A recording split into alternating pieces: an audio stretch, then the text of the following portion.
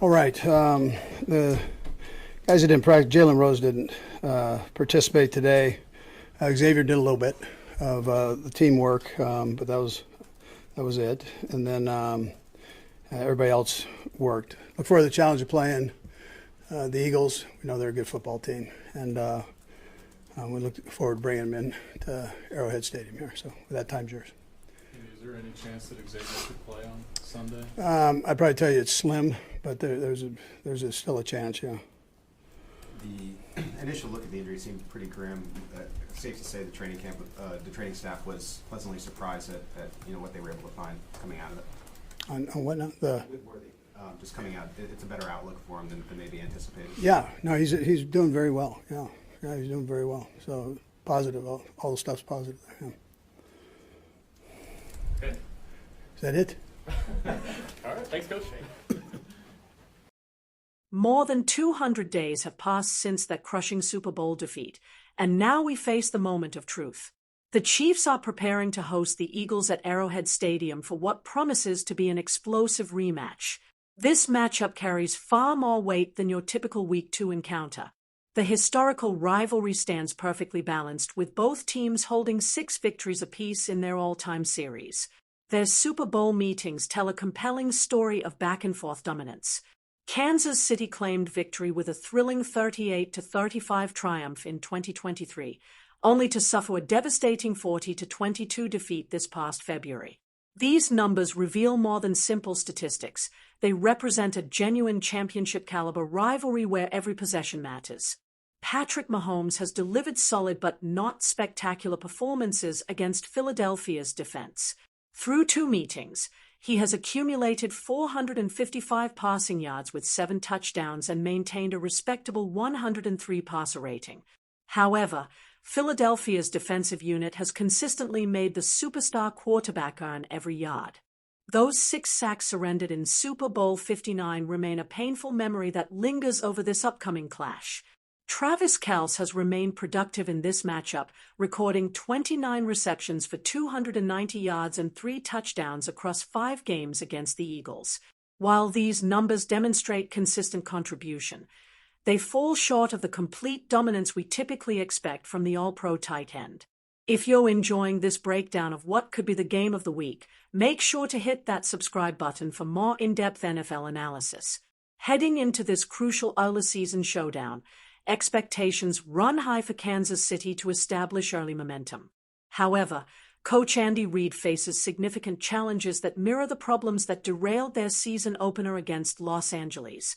3 specific concerns threaten to undermine their championship aspirations, and addressing these issues will determine whether the Chiefs can seize control of this rivalry. The Chargers exposed a glaring weakness in Kansas City's defensive approach during Week 1. Despite facing an offensive line missing key starter Rashawn Slater, the Chiefs failed to generate consistent pressure with their 4-man rush. This deficiency allowed Justin Herbert excessive time in the pocket to systematically dissect their secondary coverage. Kansas City managed 3 sacks on paper, creating an illusion of defensive success. However, deeper analysis reveals concerning trends regarding pressure rate and sustained disruption. The pass rush failed to consistently affect the quarterback's timing and rhythm. Joe Alt deserves recognition for his outstanding blindside protection that enabled Herbert to complete 25 of 34 attempts for 318 yards and 3 touchdowns while adding 32 rushing yards on 7 carries. Now consider Philadelphia's offensive line, widely regarded as among the elite units in professional football. The Eagles employ a strategic approach similar to the Chargers, but with enhanced explosiveness. They emphasize ground-based attacks complemented by devastating deep strikes downfield. Jalen Hurts serves as the catalyst for this dynamic offensive system. The reigning Super Bowl MVP demonstrates superior deep ball accuracy compared to Herbert's intermediate passing style. Even in a controlled performance against Dallas, Heights completed 19 of 23 attempts for 152 yards while leading the rushing attack with 62 yards on 14 carries. The home field advantage at Arrowhead Stadium should provide Kansas City's defense with additional energy compared to their lackluster showing in Brazil.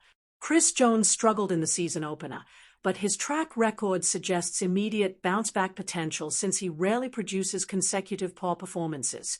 However, improved pass rush alone will not solve Kansas City's defensive problems.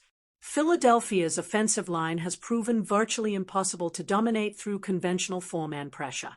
This reality forces defensive coordinator Steve Spagnuolo into uncomfortable decisions regarding blitz packages. Here's where things get really interesting. If you want to see how this strategic chess match plays out, don't forget to subscribe for our post-game analysis. Increased blitzing creates additional pressure opportunities but comes with substantial risks. Sending extra rushes forces the secondary into isolated man-to-man coverage situations. The Chargers game provided a perfect example of this double-edged strategy. While blitzing helped generate some defensive stops, it also surrendered explosive plays when defensive backs like Trent McDuffie, L'Jarius Sneed, and the safety duo found themselves exposed in single coverage. Applying this same concept to the Eagles matchup reveals even greater concerns.